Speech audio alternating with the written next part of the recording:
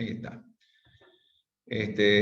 Así me explicaron los chicos de teoría de circuito 2. Estamos grabando en la nube las clases. Bueno, entonces, el tema es que ustedes me escuchan porque asimilemos que el aire es como una masa gelatinosa, es como una gelatina, ¿no? Vieron que la gelatina, yo le ejerzo un toque de un extremo y vibra todo, ¿no? Se transmite toda la vibración.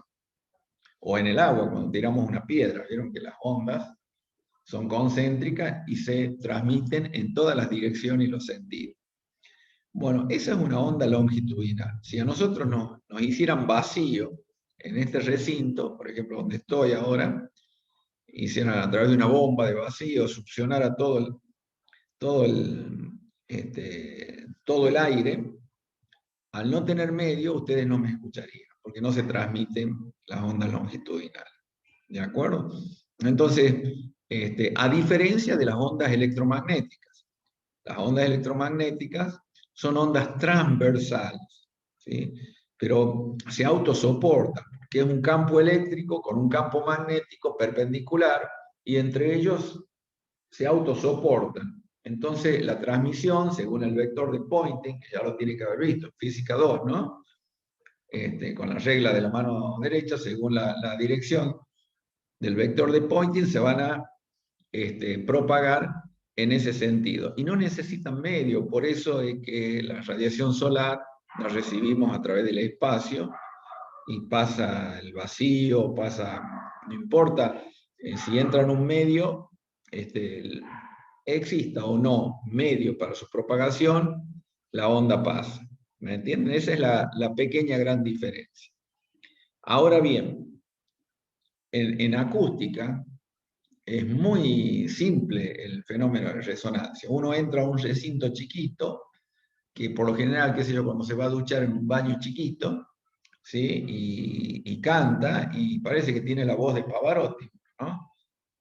¿No? Porque la voz es como que es más potente, y en realidad sí, porque las ondas que rebotan en un espacio tan chico, geométricamente, se potencian y entonces la amplitud va creciendo. Hay un fenómeno de resonancia y hay una dimensión ideal en la cual la resonancia se magnifica. ¿Está claro? Así que fíjense que en todos los órdenes de la vida existe el fenómeno de resonancia. ¿Cómo no lo vamos a estudiar como ingeniero?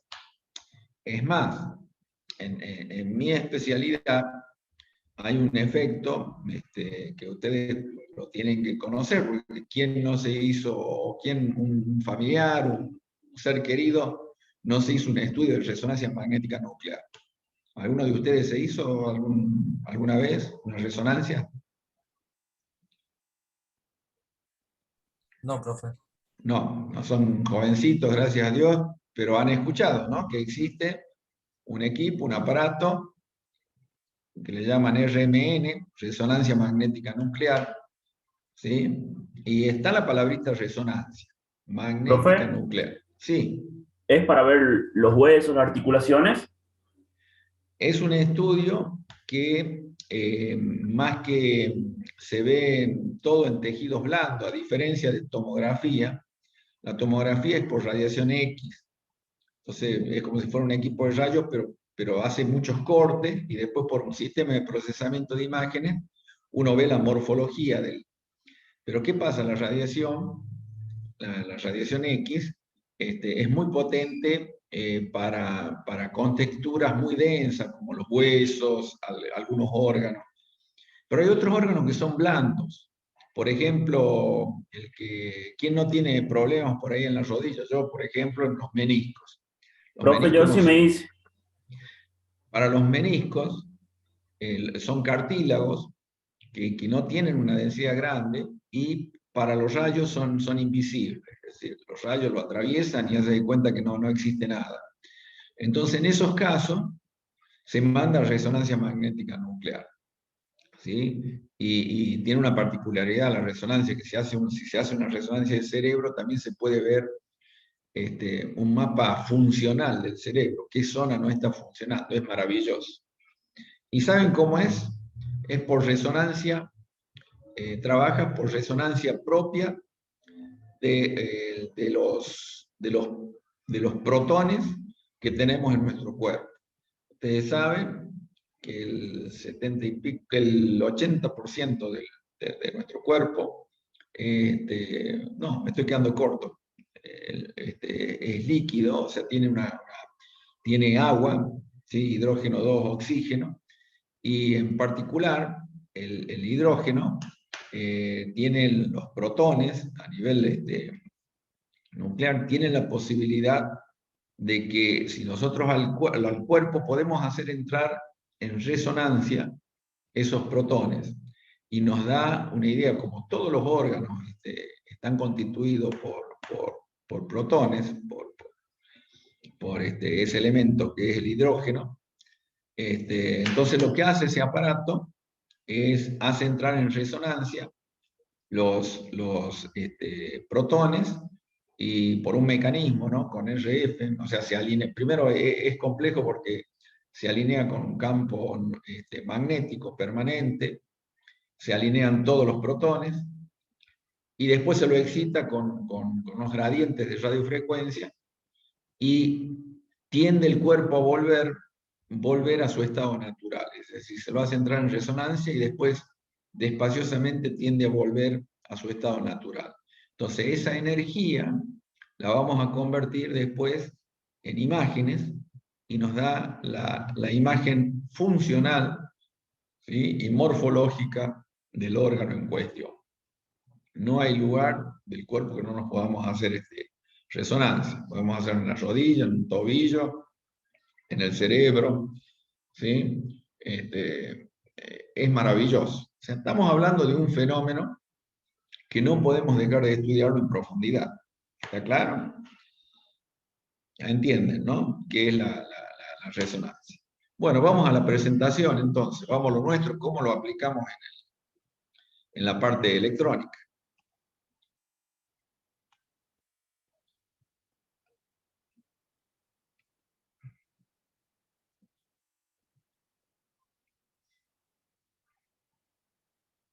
Ahí se ve, ¿no? Sí, profe. Bueno, eso es lo que vamos a ver, ¿no? Resonancia en un circuito RLC serie, el análisis cualitativo, representación gráfica para pulsación variable, factor de selectividad, ancho de banda, análisis cuantitativo, resonancia en un circuito RLC serie, paralelo, curva universal, etcétera, etcétera. Esa es la unidad temática 8. Como dijimos, la resonancia es un fenómeno de coincidencia, de incremento en amplitud, reducción del amortiguamiento o atenuación, y la influencia de una frecuencia natural del sistema. Es lo que estábamos mencionando. Bueno, ya dijimos que existe en prácticamente todos los ámbitos, y como ingenieros tenemos la obligación de estudiar el fenómeno de resonancia, y puede afectar positiva o negativamente, ¿no? En el caso que explicábamos de los edificios, para los cálculos estructurales, los ingenieros civiles, es un tema que es temido. Por ejemplo, el edificio de Dubái, ¿no? Que tiene la forma de vela y todo eso, cuando estaba en su estructura, cuando estaba en su etapa de diseño, porque saben que eso lo diseña un arquitecto, ¿sí? Tienen la forma hermosa como de un velero en el medio del mar, es espectacular, pero después hay que transmitirlo, hay que ejecutar esa construcción, y ahí entran a tallar los cálculos, los ingenieros de cálculo, ¿no? Los ingenieros especialistas en cálculos estructurales, para que realmente esa forma soporte todo el peso, toda la carga que vaya a tener ese edificio, y además las contingencias externas, que pueden ser el viento, el oleaje, la marea, ¿no? Ahí, si es una construcción metida en el mar, porque prácticamente es una extensión artificial, y se armó toda una estructura de soporte en el mar. Bueno, se dieron con que, cuando empezaron a hacer los cálculos los ingenieros, que la la frecuencia de resonancia de la estructura era muy cercana a la frecuencia de resonancia del viento en esa zona y también de la marea. Entonces, bueno, los ingenieros tuvieron que alejar esa frecuencia de resonancia. Al alejar esa frecuencia de resonancia de los elementos naturales, eso incide en el cálculo y empezaron a armar toda una serie de sistemas dentro de la estructura que se ven afectadas, ¿no?, por la frecuencia de resonancia. Es como en un circuito eléctrico empezar a cambiar los valores de R, L y C, los valores de resistencia, inductancia y capacidad. ¿Se entiende? Nosotros, afortunadamente, el fenómeno de resonancia en la teoría de circuitos es un fenómeno muy bueno, es decir, porque lo podemos lograr en forma ideal con un capacitor y un inductor, porque sabemos que son dos elementos, dos componentes pasivos, que la energía la manejan de manera reversible, es decir, un capacitor lo podemos cargar y se puede descargar y así sucesivamente. Y el inductor puede generar una fuerza electromotriz, puede generar en un sentido, en otro sentido. Bueno, eso hace que estos elementos se apareen y realmente trabajen como en pareja, y a través de la descarga del capacitor al inductor se genera una fuerza electromotriz que vuelve a cargar el capacitor y así en forma indefinida. Y en definitiva un circuito LC es un circuito oscilante o el circuito oscilador ideal. ¿Se entiende lo que estamos hablando? ¿Mm? Entonces tenemos la suerte de que en la teoría de circuitos la resonancia la conseguimos con dos de los componentes primordiales que tenemos, L y C, ¿no?, en forma ideal. Sabemos que la inductancia tiene una resistencia interna, la capacidad también, es decir, hay una serie de variables, pero a través del modelo ideal, con un capacitor y un inductor, formamos un oscilador ideal, un resonador ideal. Y podemos calcular la frecuencia de resonancia, ¿no? Eso es lo que vamos a ver en la clase de hoy. ¿De acuerdo? Bueno, ¿Vamos bien hasta acá? sí. Sí, profe. Sí, profe. El campo magnético colapsante del inductor genera una corriente eléctrica en sus devanados que carga el capacitor, y entonces la descarga del capacitor proporciona una corriente eléctrica que genera un campo magnético en el inductor. Una vez que el circuito está cargado, la oscilación se autosostiene y no hay acción de conducción periódica externa. ¿Eso qué quiere decir? Que simplemente con la carga inicial que se descarga a través del capacitor, que se descarga a través del inductor, listo, no necesitamos una excitación adicional. Y eso es maravilloso, ¿no? Eso lo hemos visto cuando vimos un circuito serie, RLC serie, acá lo tenemos, no sé si lo pueden ver bien. Vimos bueno, acá tenemos la excitación, se genera una caída de tensión en la resistencia, en el inductor y una tensión de carga en el capacitor. Y como todo modelo, aplicamos la ley de Kirchhoff primero para resolverla y después transformamos, llegamos a una ecuación donde transformamos, si se trata de una excitación senoidal, aplicamos fasores armónicos y conseguíamos esta expresión B sobre Z, ¿sí?, donde Z, todos son complejos, ¿no? Todos son fasores, la corriente, la tensión y la impedancia. Y dijimos que la impedancia caracterizaba el circuito porque fíjense el valor, ¿sí?, tiene un valor de módulo y un valor de fase, ¿sí? Entonces, fíjense que es igual a una parte real y a una parte imaginaria, la impedancia. Armábamos un triángulo, ¿se acuerdan de impedancia? Donde la parte real era la resistencia y la parte del cateto opuesto del triángulo de impedancia es la parte reactiva. Está constituido por una reactancia inductiva que es omega L, y una parte capacitiva, que es 1 sobre omega C. Por eso queda con signo negativo, porque el J quedaba en el denominador y lo teníamos que racionalizar, etcétera, etcétera. Eso ya lo vimos, ¿no? Al tener el signo negativo, el omega C va en la misma dirección del cateto opuesto, pero en sentido negativo.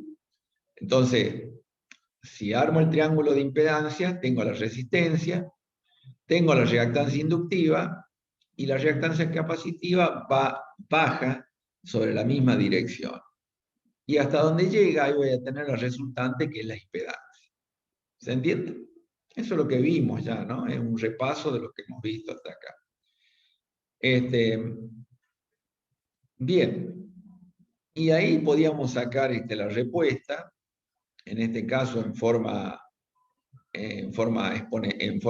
notación exponencial. Esto es el módulo, tensión sobre el módulo de la impedancia, que por Pitágoras es raíz cuadrada de R al cuadrado más la reactancia al cuadrado, ¿no?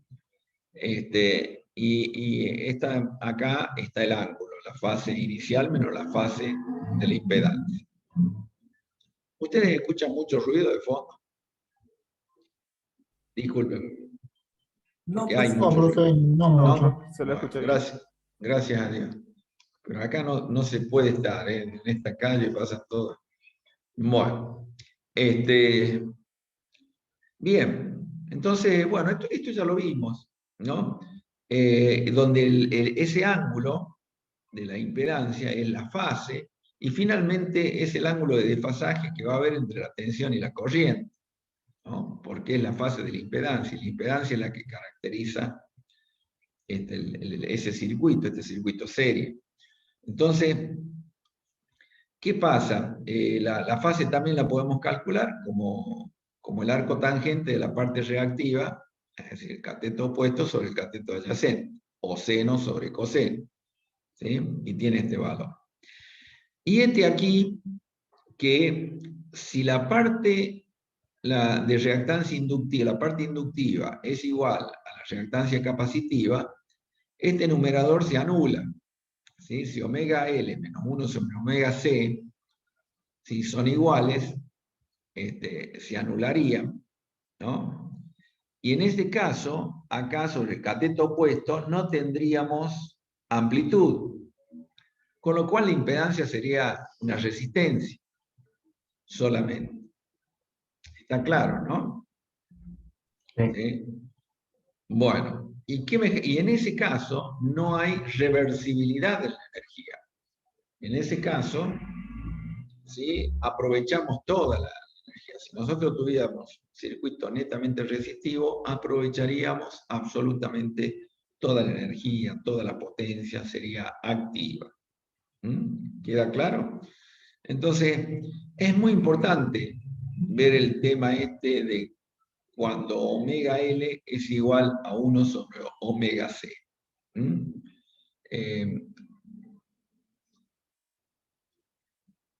ese caso, ¿sí? Podemos despejar, ¿no? Al ser iguales, y podemos despejar omega.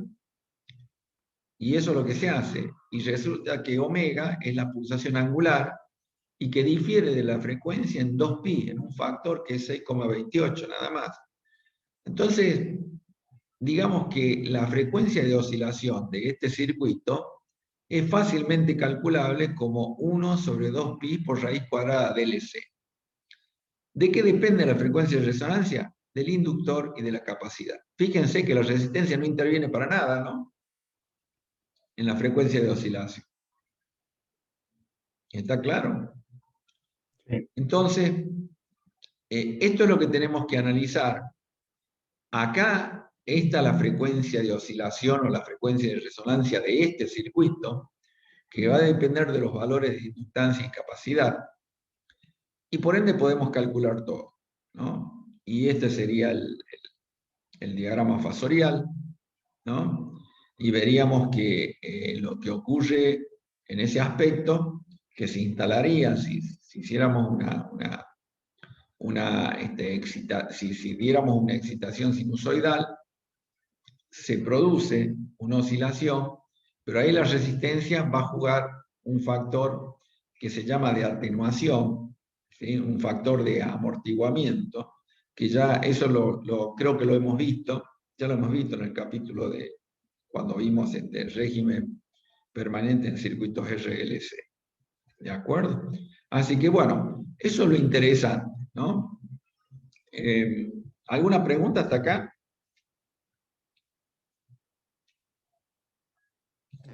Por ahora No, no. Bueno, lo que les tiene que quedar claro, que cada ingeniero especialista en lo suyo tiene que saber manejar la resonancia. Si nosotros nos piden un circuito, un oscilador de una determinada frecuencia, de 1,2 MHz, por ejemplo, y vamos a tener que jugar con los valores de L y de C, ¿sí? Para dar con esa frecuencia de resonancia, de profe, oscilación. me aparece, no, no sé, me quiero sacar la duda, me aparece una obviedad, pero esa fórmula es solamente válida para esta configuración topológica, ¿no? Dada otra, No, no, no, no, ¿será no. otra? ¿No? Es para todo,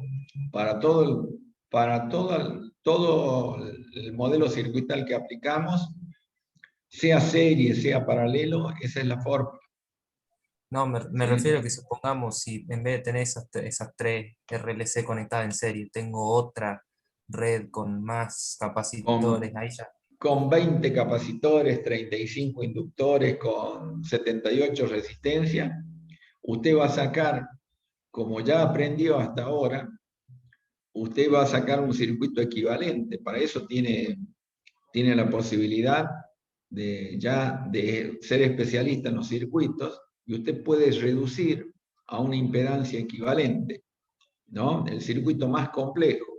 Lo va reduciendo, en algunos casos aplica algunos teoremas, aplica Thevenin, al final tiene una impedancia que le puede llamar de Thevenin, por ejemplo, en el caso de que sea en serie, y esa es la impedancia equivalente, ¿sí?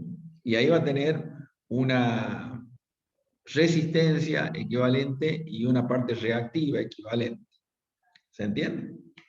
Sí, Es sí. decir, para eso venimos viendo consecutivamente, nosotros arrancamos viendo circuitos simples,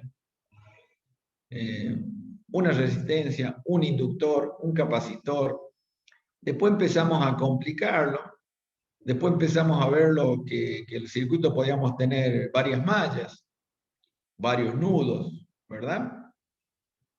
Y decíamos que lo resolvemos con el álgebra matricial.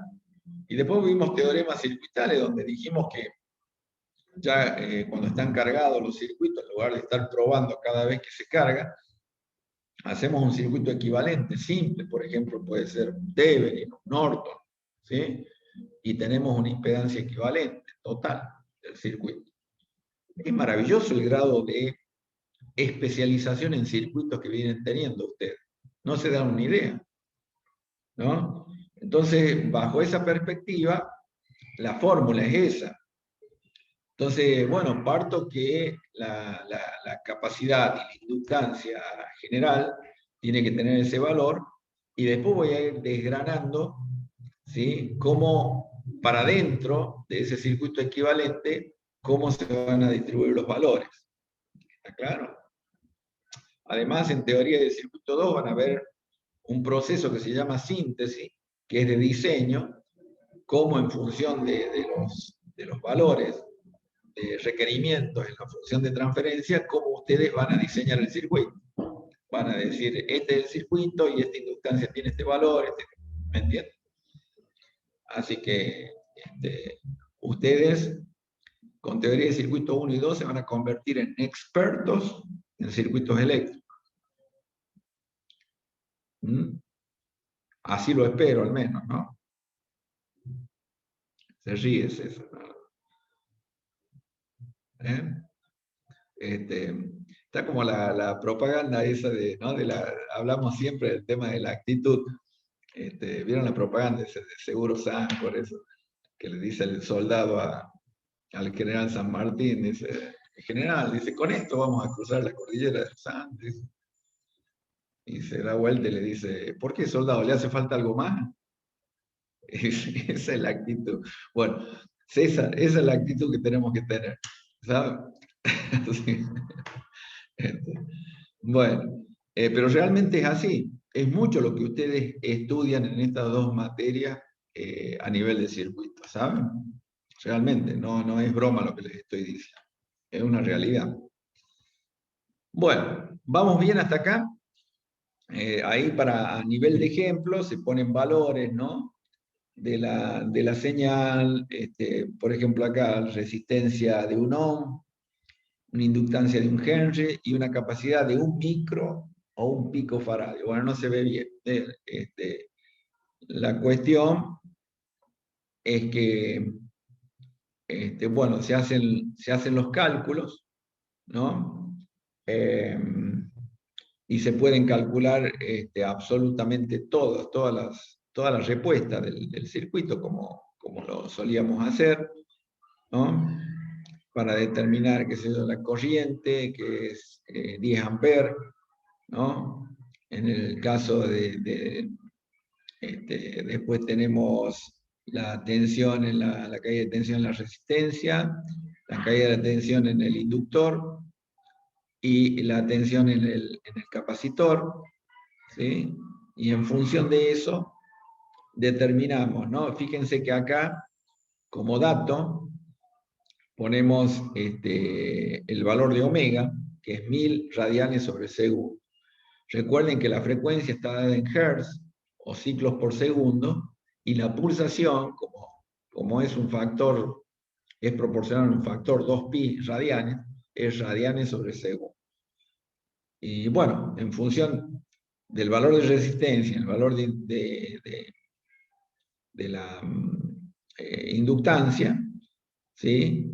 Podemos, con la fórmula de la reactancia capacitiva o la fórmula de la frecuencia de resonancia, podemos determinar el valor de capacidad, ¿no?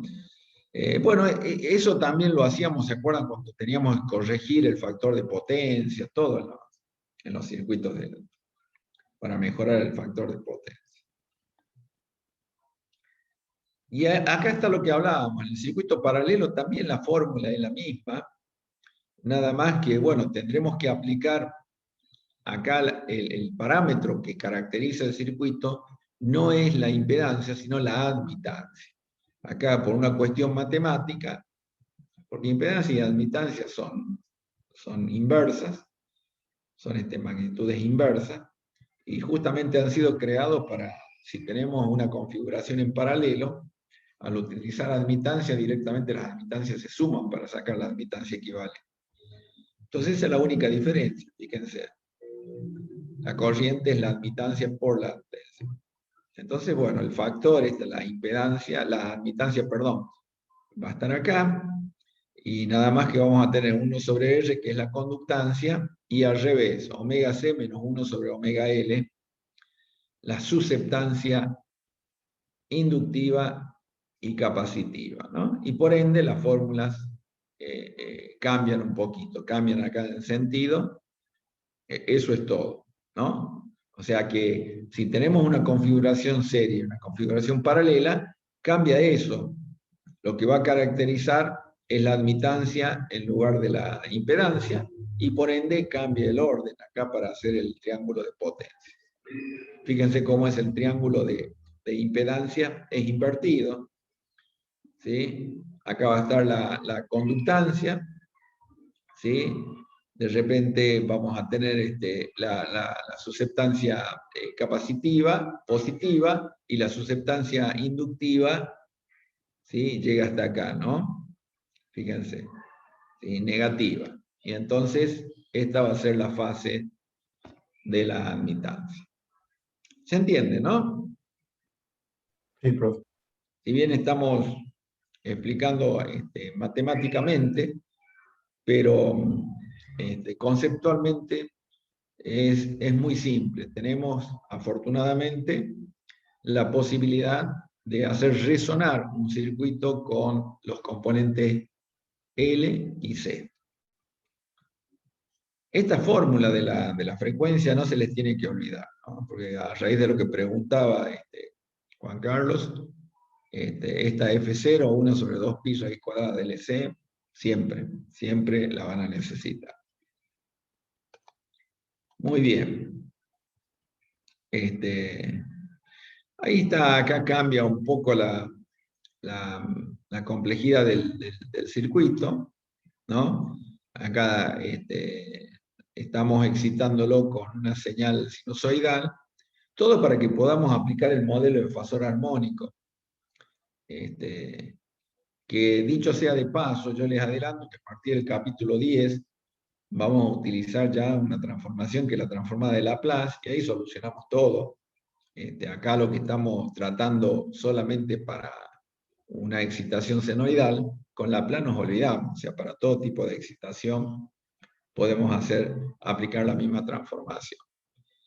En definitiva, se van a ir dando cuenta espaciosamente que en la teoría de circuito vamos a manejarnos con la variable frecuencia compleja en lugar de la variable temporal, variable tiempo. Lo vamos a manejar a través de operaciones complejas como son las transformaciones, nos vamos a manejar con como variable la frecuencia. Muy bien. Entonces, bueno, acá lo que cambia es que, fíjense, en esta configuración tenemos una resistencia en paralelo acá a la entrada de un megón, y después tenemos un circuito tanque que le llamamos, que es un paralelo entre L y C. ¿Saben por qué le llamamos circuito tanque, no? Siempre con las analogías.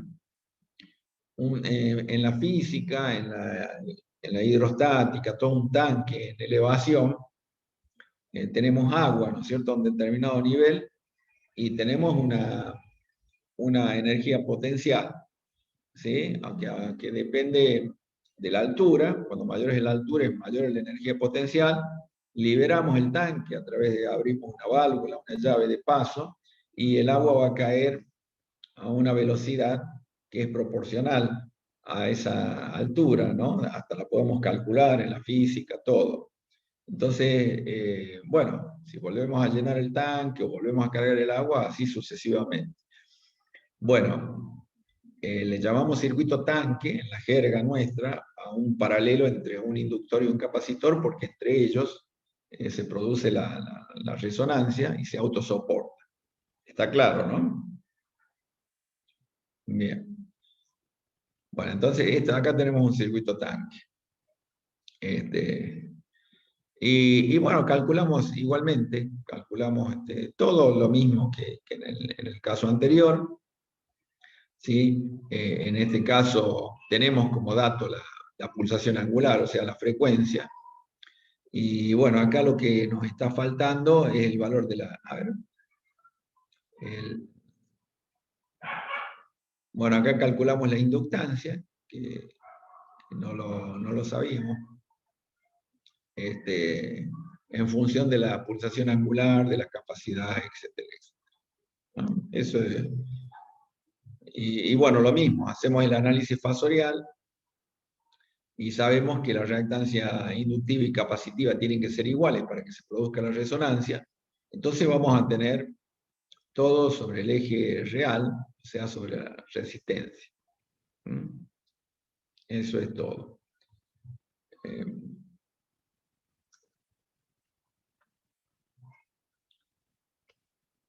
Bueno, el tema es que se nos puede dar en los circuitos, obviamente, podemos tener variables, cualquier parámetro.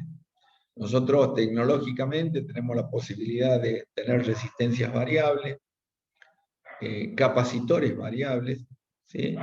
Y los inductores variables dentro de un rango medio chicón, pero también.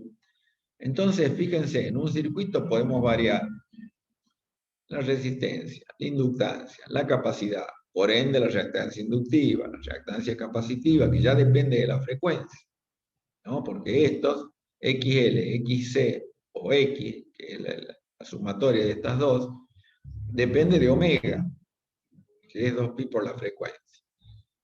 Por ende, la impedancia puede ser variable y la fase, ¿sí? Al ser variables todos estos componentes, entonces, bueno, vamos a tener que, va a variar la respuesta, va a variar la corriente, la tensión, la caída de tensión en la resistencia, la caída de tensión en el inductor, en el capacitor, etcétera, etcétera. ¿Sí? Y por ende, las potencias. ¿Sí? Potencia activa, aparente y la potencia reactiva. Es decir, tenemos un pool de variables muy interesante. ¿Está claro? Entonces, es muy importante saber que a través del modelo matemático podemos manejar esas variables a requerimiento. Después, más adelante, cuando se les pida el diseño de un circuito, que hay varias formas de...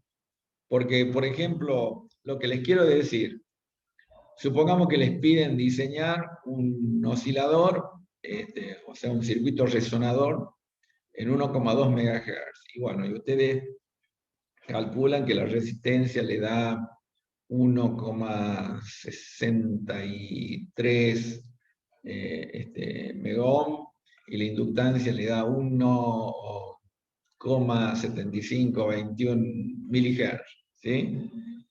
Pero después tenemos que ver tecnológicamente qué valores de capacidad y de inductancia tenemos. ¿Se entiende, no? Entonces, por ahí, para obtener un capacitor variable dentro de ese rango no tenemos problema, pero sí un inductor.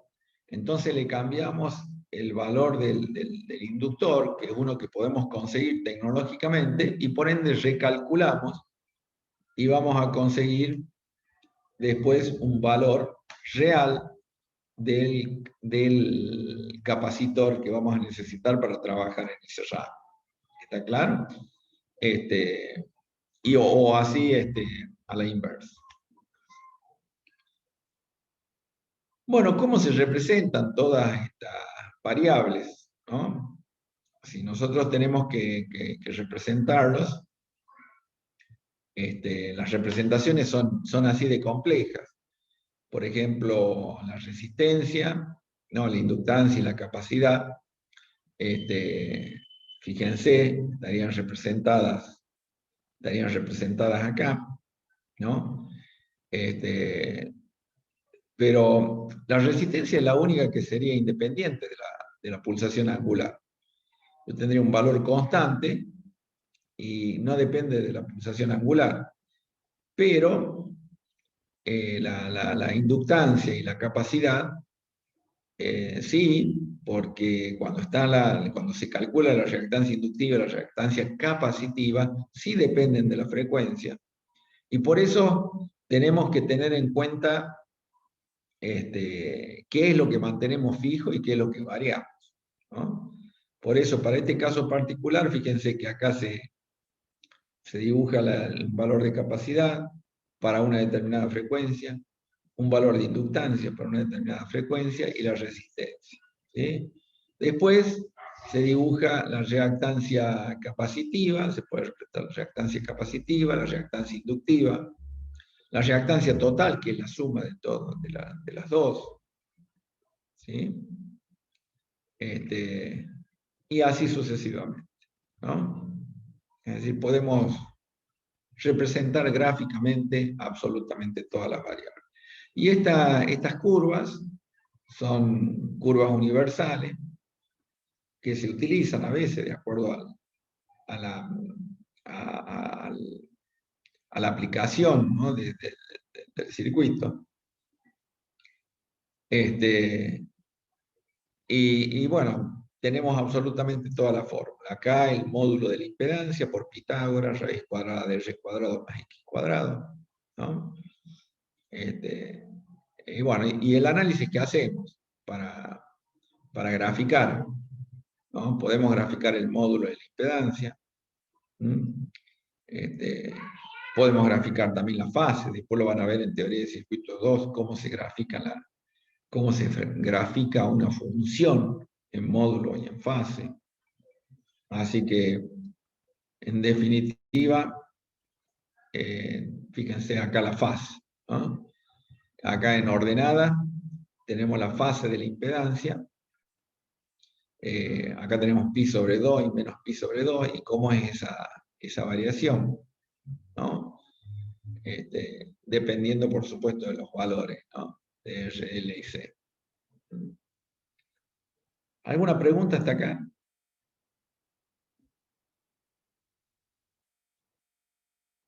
¿No? No, profe, por el momento no. ¿No? ¿Se entiende todo? Acuérdense que la fase, ¿no?, es arco tangente de la parte reactiva sobre la parte inductiva, por eso, forma de...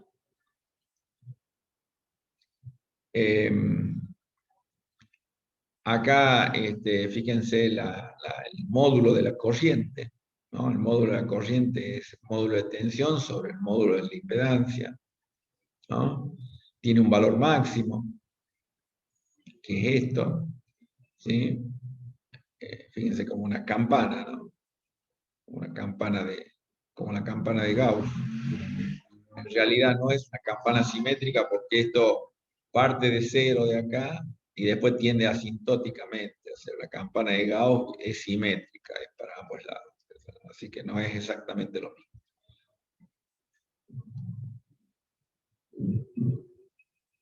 Y bueno, podemos tener, si tenemos la tensión constante, ¿no?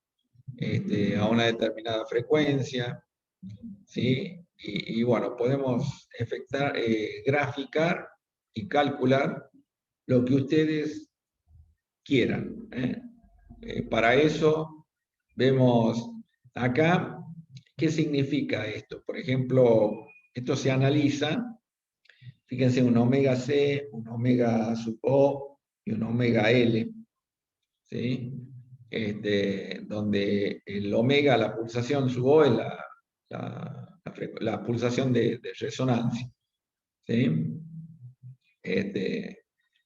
Hablamos de pulsación o frecuencia. Recuerden que la diferencia es el 6,28 nada más. Esta es la frecuencia de resonancia.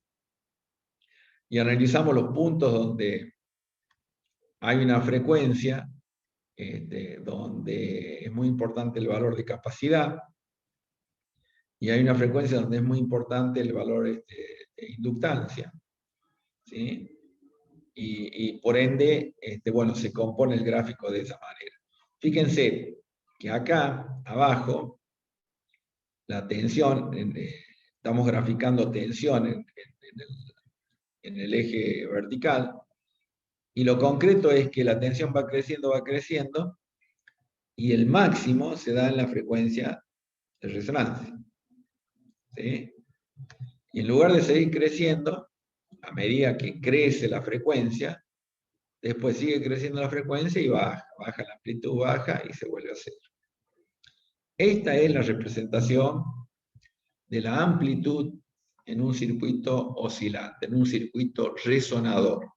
¿Está claro? Es una campana, es una exponencial que crece hasta un máximo. Ese máximo está dado en la frecuencia de resonancia, y después, por más que siga aumentando la frecuencia, comienza a disminuir simétricamente. ¿Se entendió?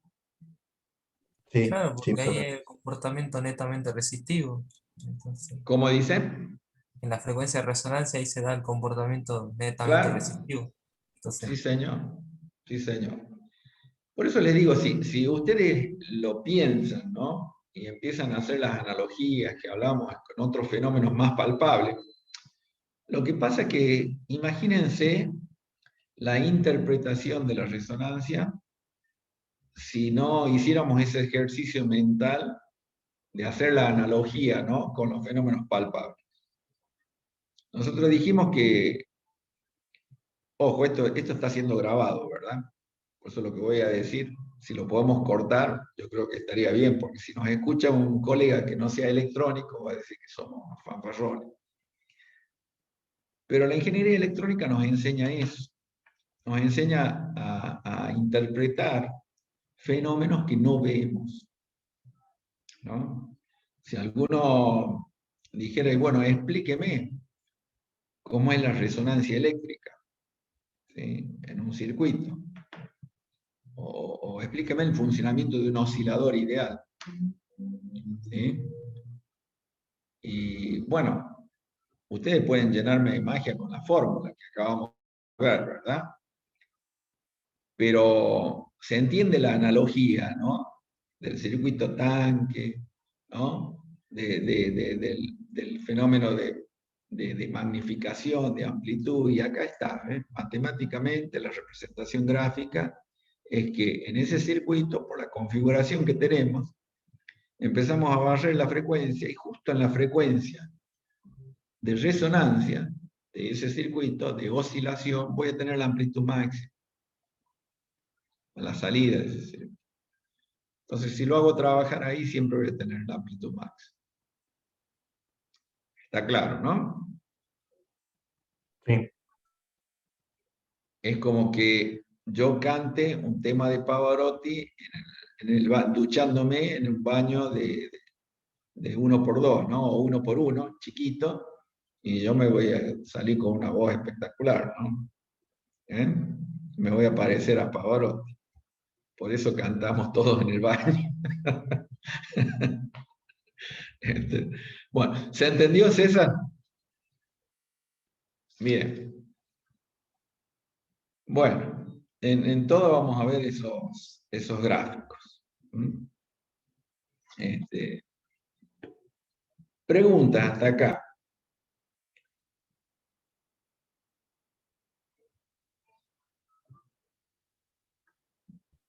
Por el momento ninguna. Y para potencia sería lo mismo, ¿no, profe? O sea, por ejemplo, toda la potencia sería activa en el punto de la frecuencia de Sí, resonancia. sí, sí. Sí, justamente en ese punto, en la frecuencia de resonancia, toda la potencia activa, no tendríamos potencia reactiva, por ende no tendríamos potencia de pérdida. Sería el máximo rendimiento del circuito. Así que es muy importante ese fenómeno en los circuitos. Nosotros, al contrario, buscamos siempre trabajar en esa frecuencia donde prácticamente en forma ideal, en un oscilador no necesitamos excitación, es simplemente darle un impulso, aunque en la realidad sabemos que eso se va atenuando con el tiempo, ¿no es cierto? Sí, porque tiene una resistencia interna, etcétera, etcétera. Hay formas de compensarlo, obviamente, en el circuito. Pero ese sería el razonamiento. Bien.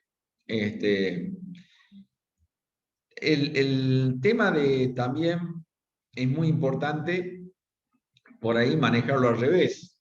Es decir, vieron como en el caso de admitancia, que la fase se hacía negativa, ¿no? El triángulo se hacía al revés. Y también podemos manejar que en un circuito, ¿sí? LC, o sea, la tensión entre el inductor y el capacitor, en lugar de ser máxima, como en ¿sí? De ser una campana, tenga una tensión original, y a medida que nos acercamos a esa frecuencia de oscilación, que sea nula en ese punto, ¿sí? Y después vuelva simétricamente a tratar de conseguir la tensión original. ¿Sí? También es aprovechando el fenómeno de resonancia, pero les vuelvo a repetir, sería con una admitancia, por ejemplo, ¿no? Donde la fase se hace negativa. ¿Se entiende, no? Es decir, es una forma de aprovechar de una u otra manera, o magnificarlo positivamente o magnificarlo negativamente.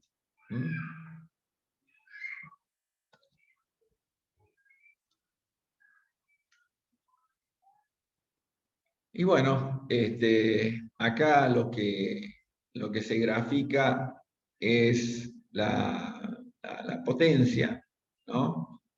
Se grafica la potencia aparente, la potencia activa y la potencia reactiva. Fíjense, me preguntaba recién, creo, Juan Carlos, si la potencia, bueno, la potencia activa es lo mismo, lo mismo que la tensión, es una campana, ¿no?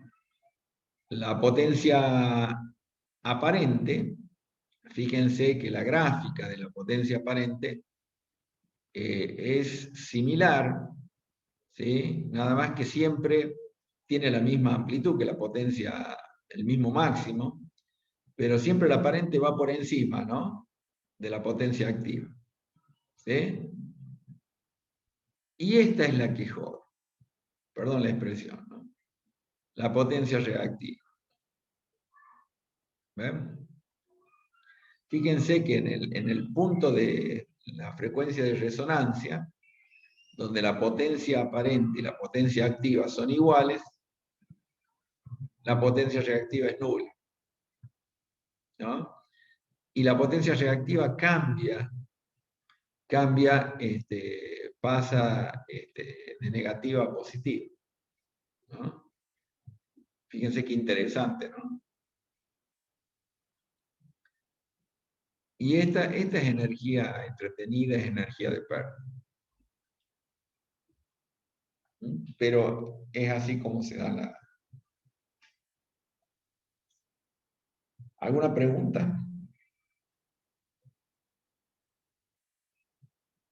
Es interesante eso, cómo cambia de negativo a positivo. ¿Sí? Supongo que será porque como está en el denominador, ¿no es cierto?, hace que tenda más rápido al hacerlo más grande, ¿no es cierto?, a la reactancia capacitiva. Porque fíjense que en este punto, la reactancia inductiva se hace igual a la capacitiva, pero después se invierte. ¿Sí? ¿Se entiende por qué? Es decir, porque voy variando la frecuencia, voy aumentando la frecuencia. Parto de cero, voy aumentando la frecuencia, y de acá hasta llegar a la frecuencia de oscilación. En la frecuencia de oscilación, la frecuencia de resonancia, la reactancia inductiva es igual a la capacitiva, pero si sigo aumentando, la reactancia inductiva crece y la reactancia capacitiva decrece. ¿Se entiende? Es decir, a medida que voy aumentando, después que paso esa igualdad, se invierte el sentido. Es algo no tan solo matemático, lógico, sino conceptual. ¿Ya? ¿Por qué es eso? Porque el XL es omega L. Aumento la frecuencia, aumento la reactancia. El XC es 1 sobre omega C, con signo negativo.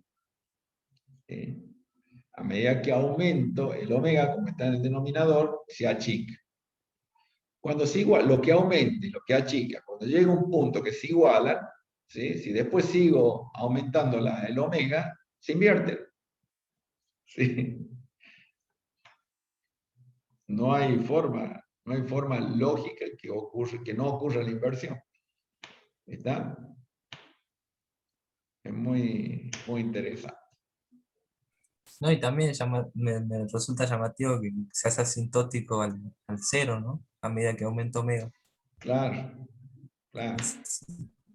Otra parte. Bueno, esas son las herramientas tan poderosas que tenemos jugar, ¿no?, con los límites que tienden a infinito, ¿no? Sí, así es realmente. Bueno, acá tenemos lo mismo, ¿no?, el análisis de las potencias, es decir, podemos hacer el análisis de las potencias. Esta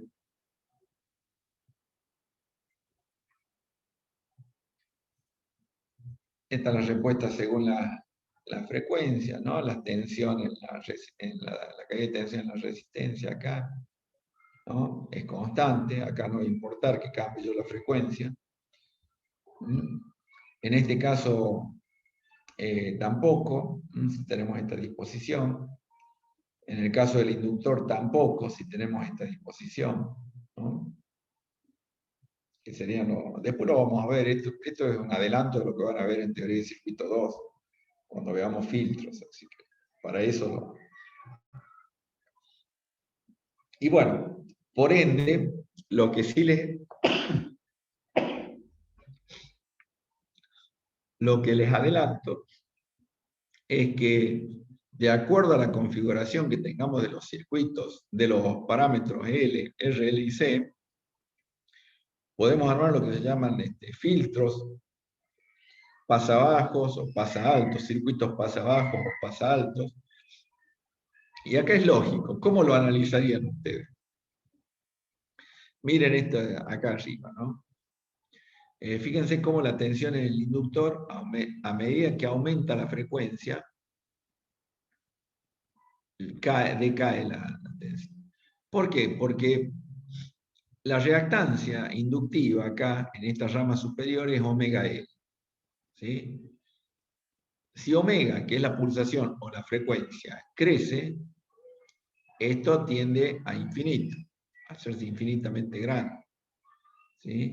Con lo cual, al tener una reactancia infinita, tiende a oponerse al paso de la señal de mayor frecuencia. Entonces, la amplitud de la señal va a ir decayendo a medida que aumenta la frecuencia. ¿Se entiende, no? En cambio, si pongo un capacitor en la rama superior, es al revés, porque es 1 sobre omega C. A medida que aumento la frecuencia, ¿sí?, se me hace más chica la reactancia. Y llega un momento que voy a tener una tensión máxima, por eso va creciendo a medida que aumenta. Entonces este es un circuito pasabajos, porque va a dejar pasar las frecuencias de esta zona. Y este es un circuito pasa alto, a partir de acá deja pasar con mayor amplitud todo. Mire cómo cambia poner en la rama superior un inductor o un capacitor.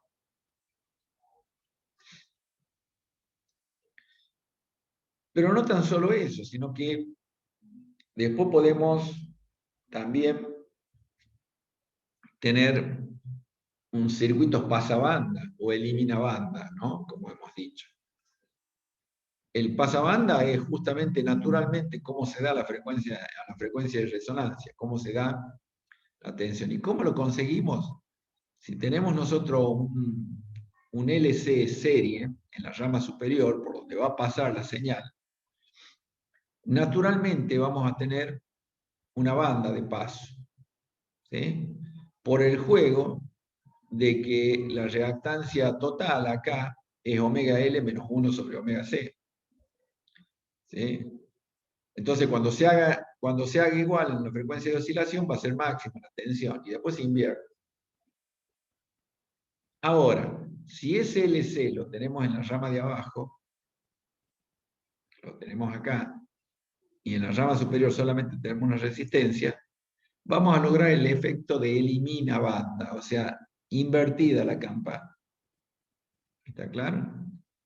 Y esto también nos sirve.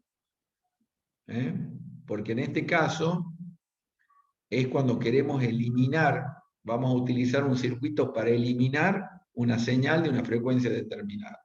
Porque acá vengo con una amplitud máxima y resulta que para esa, cuando le pongo este circuito, le inserto este circuito a la línea, al dispositivo, al sistema que tenemos, a esa frecuencia que quiero eliminar, la tensión es 0. Entonces vamos a eliminar esa frecuencia y una banda también anterior a esa frecuencia y posterior. Y después de esa banda vuelve otra vez a dejar pasar la otra serie. ¿Se entiende, no? Miren qué bárbaro, ¿no? Todas las cosas que podemos hacer con los circuitos. Dejar pasar una banda de frecuencia, eliminar una banda de frecuencia, pasar las frecuencias bajas, pasar las frecuencias altas solamente. Y bueno, ya vamos entendiendo todo este tema, ¿no? Del manejo de las, en los sistemas de audio, en los sistemas de video, cómo vamos encontrando, ¿no? Las frecuencias que queremos, cómo determinamos. Entonces, ¿por qué es tan importante? Porque con estos circuititos RLC, a ustedes le van a pedir el día de mañana, a ver, ingeniero César Vallejos, necesito que me diseñe un dispositivo, no sé lo que va a hacer usted, pero yo lo que quiero es capturar la radiación, qué sé yo, la radiación gamma del equipo de cámara gamma que da, medirla acá en el ambiente y a ver cuánto se está irradiando el operador. Y usted como ingeniero, ¿sí?, va a tener que primero censar, buscar un sensor de esa radiación, ¿sí?, capturarla, ¿sí?, convertir la señal eléctrica, y una vez que la convierta a señal eléctrica, diseñar un circuito que deje pasar, ¿sí?, por ejemplo, deje pasar esa frecuencia y una banda, ¿no? ¿Sí? Entonces, ya una vez que capturo esa banda, de esa señal que me pidieron, ya después la amplifico y la proceso. ¿Se entiende, no? Maravilloso. No sé qué les parece a ustedes, pero es asombroso. Sin ir más lejos, los ecualizadores deben hacer eso, ¿no? Sí, los ecualizadores trabajan justamente con la frecuencia, después tienen los sintetizadores que trabajan con las formas, digamos. O sea, ustedes van a trabajar con la frecuencia y con las formas. ¿Ah? Hay un dispositivo que se llama supresor, que por ejemplo cuando hay una grabación con fluido blanco, digamos, lo que se hace es, digamos, buscar un punto en el que es máximo el fluido blanco y dejarlo ahí al supresor y se elimina todo el fluido. Es como que Claro. buscan la amplitud máxima y la frecuencia se queda así, digamos, y se elimina el fluido. Pero ustedes, es impresionante el campo laboral que van a tener diseñando dispositivos para eliminar ruidos espurios, señales espurias, sin ir más lejos, en la parte eléctrica, en la transmisión de las líneas de alta tensión que van de un lugar a otro, hay armónicas que son perjudiciales y que las tienen que suprimir, entonces, bueno, se diseñan filtros, ¿sí? Se le llaman supresores, porque por ahí se mandan a tierra, ¿no? Hay señales, picos así de ruidos eléctricos o señales espurias que se la capturan a través de este modelo y se los manda a tierra, ¿entienden? Les hago un ejemplo. ¿Por qué se nos quema un módem o un circuito electrónico cuando hay una descarga atmosférica, un rayo cercano?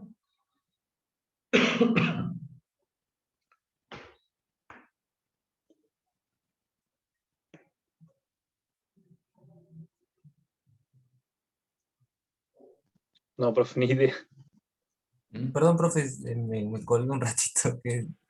¿Por qué se...? Claro, ¿por qué se nos quema un dispositivo como un módem, por ejemplo, o cualquier dispositivo electrónico con un rayo que caiga cerca? Los sintonizadores de los televisores, generalmente. Toda la parte electrónica es muy sensible a las descargas atmosféricas. ¿Sí? Porque trabajamos en algo que justo en la descarga atmosférica podemos conocer la frecuencia en la cual tenemos que hacer el circuito supresor, ¿no? De hecho existen VDR, o sea, dispositivos de descarga a tierra, ¿no?, de sobretensiones, que se llama. Pero van a ser efectivos siempre y cuando este ancho sean selectivos, ¿me entienden? Porque las descargas atmosféricas se producen en instantes de tiempo muy cortos. Son tensiones muy elevadas, pero en un instante de tiempo muy chiquitito. ¿Está? Entonces son prácticamente impulsivas. Entonces, bueno, es embromado encontrar, porque vamos a ver que la selectividad es un factor de calidad de estos circuitos después. Bueno, eso viene después, ¿no? Pero ¿Me entienden, no? Hay cuestiones para trabajar muy importantes. Bueno, ahí está justamente, ¿no?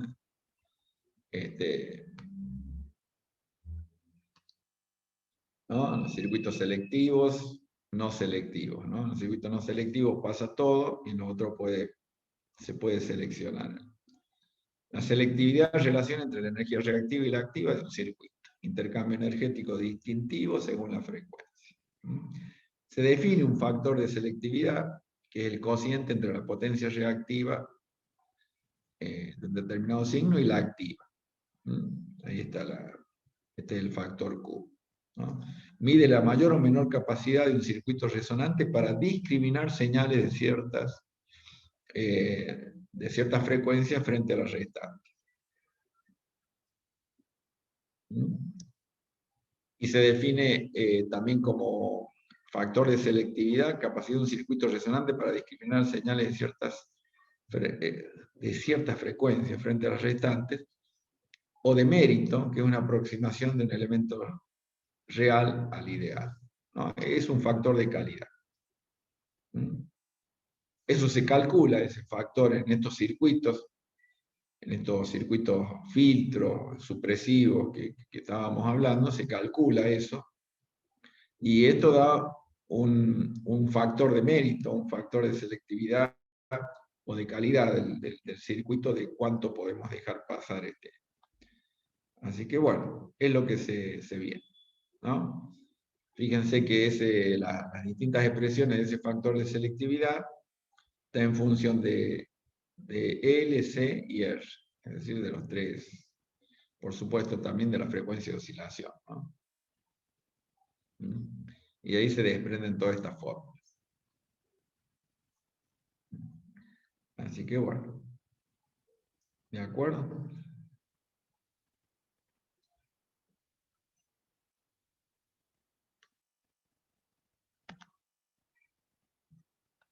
Esto lo vamos a...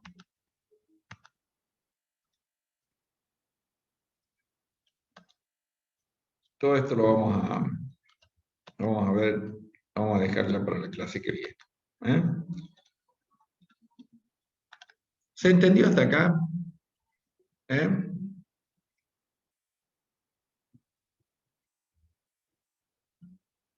Sí, Sí, profe. profe.